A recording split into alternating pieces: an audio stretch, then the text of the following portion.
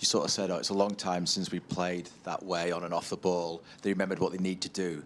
And then you then obviously got knocked out 4-3 by Al Hilal the next game. Was that just, one of those games, the Al Hilal, or had they forgotten a little bit what they'd done against Juventus? The reason why I'm asking is that's only 2 competitive games ago, so I'm wondering what you're thinking about the progress. It's a good listen, sometimes when you win a game, there is a particular reason for your behavior and the behavior of the opponent. And in Al Hilal, we didn't control the transitions because it was 3 new players that we didn't talk much, or we didn't anticipate that could happen in that game. That's what you have to do. But it was a good lesson. Unfortunately, it's the World Cup. When you have to the lesson, you had the lesson at home. And in Premier League, you learn the lesson. In 3 days, you have another game. That was a little bit pity because but it was a really good thing against Al Hilal as well. So I think we do it. But involves many things that I like it, and our journey. The most important is our journey is really good. So I feel a good vibe. I feel we have the perfect portion of energy and wise to the way you have to play, and we are ready to game by game. That is our pre-season before Wolves, now this week, and after Spurs. Before Brighton and before international break is our pre-season, and we are completely machines to concepts to why you have to do this, how you have to do that. But after the teams who play in Europe, as international break is 3 days, 4 days, 3 days, 4 days during 11 months. So that is our time, and we see what happens with bad moments. But as much we will fit and have this spirit, we'll be an uncomfortable team for the opponents. It is what we were in the past, not just in terms of the place, in terms of energy and passion and desire and love and joy and sadness when you lose. If we can come back with that, we'll be an uncomfortable team for the rest. Hey, Pep. For the French TV, after a promising start, how do you assess the adaptation of Rayan Cherki on the club, of your style of play? Has he impressed you? He's a top-class player. There's more spaces. The vision they have in the final third is unbelievable. His right, left foot, both sides, and of course, so the good players that are quicker. We'll see when he performs. But at the end, the people up front is question of numbers, and in 20 minutes, play there, score a goal. So I love that. So we have a lot of games, but a lot. And everybody will be so important, and I'm happy to have him. He's just 21 years old. He's a top sign for the prize and the potential that he has, and we are here to have him. He's open-minded, understand the decisions. He will be a top-class player, because I don't have doubts. His quality is exceptional. Pep, just going back to what Jamie was talking about with the Al Hilal game and the transitions and things like that. Jamie Carragher did quite a lot of analysis on your back line after the Wolves game earlier in the week.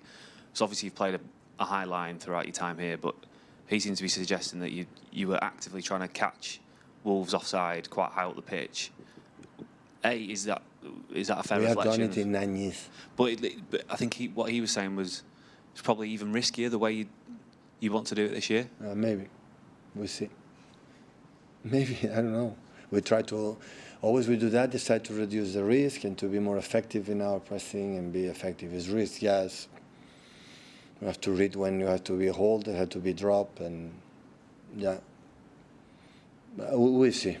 If we win 0-4, it's less risk. If we lose 4-0, it will be so risk. So we will see. But to be the first game in few games in the preseason, but we don't have. I prioritize the rest of the World Cup, and especially training here, training, because during the season you play games and you don't train, and I prefer train now to then play games and travels and so on, that you spend time traveling and fatigue, and after you cannot train.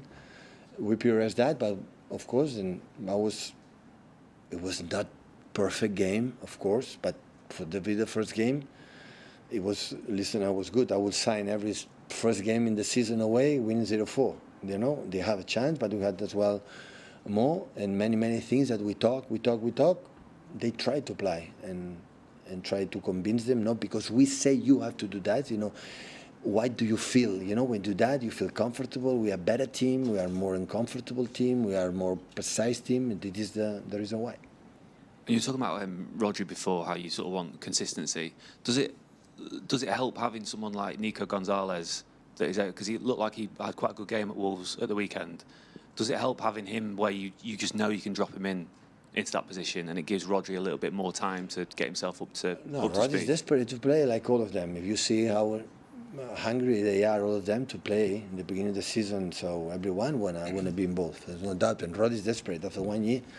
The year before the injury against Arsenal, so play 70, I don't know how many games. Brad and said to me, I have mental fatigue. I'm so tired. It's normal, but now it's fresh. I want to play. Desperate.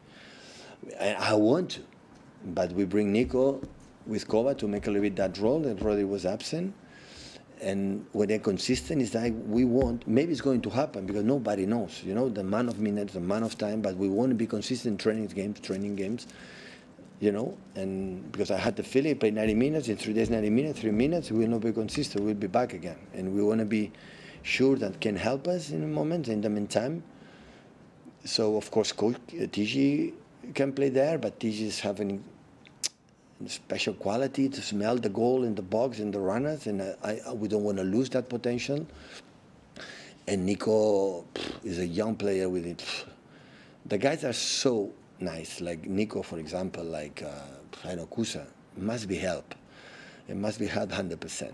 He's so generous with the team and always, always being positive. And I'm really, really pleased again he played Nico against Wolves because it's not easy. And he has a special quality that you need for the incredible amount of talent up front, like Phil, like Ryan, like Bernie, like Jeremy's, like Omar. Have a player like can sustain that position is so important for us. And he's young, want to learn, and for a long time, it can help us, because no player, I had the feeling right now, no player can play every 2 days during 11 months. So I think it's impossible from my point of view. Maybe I'm wrong. Some players can play more, but the other players cannot play every 2 days. Impossible. Pep, so Reijnders and Nico ran more in the first Premier Which League. Nico? Gonzalez Good. ran more than any other Premier League players.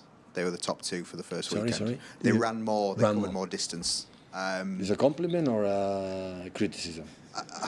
Up to you. That's a question. I know your teams kind of, run a lot all the time. Oh, well, yeah, right. But is that something from last season that you consciously want more running in the team? Absolutely. Always had the team run a lot without the ball. We were a pain in the ass for the opponents in high pressing and run and everything. Always we were that type of team. And last season for the injuries, guys, we lose the energy, and the other one is what the most important thing to come back, and after we see our game. But what I'm concerned after 1 second later is how we played. So run, it's have to be when we have to run. We have to run for run. I can go to, track field, take a marathon, guys, and play with us. It's not about that. So we have to when we have to do it, but the energy, of course, is today in the modern football has to be like that. They know it. But of course, Ryan especially is learning, and Nico is trying to but I think all of them, Bernardo, every game is 12, 30 kilometers run.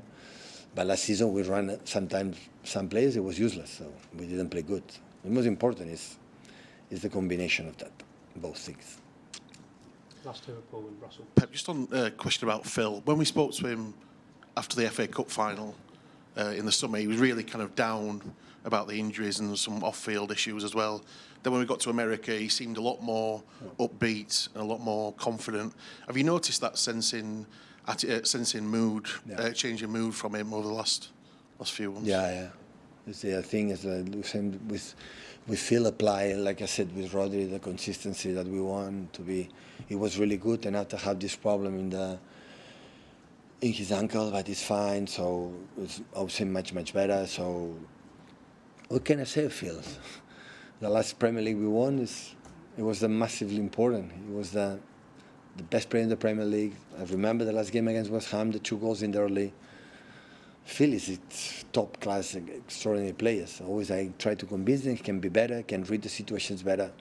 But as much he's happy and he's a joy to play, Phil gives something unique. So I regret maybe in the game in Lille to bring him earlier.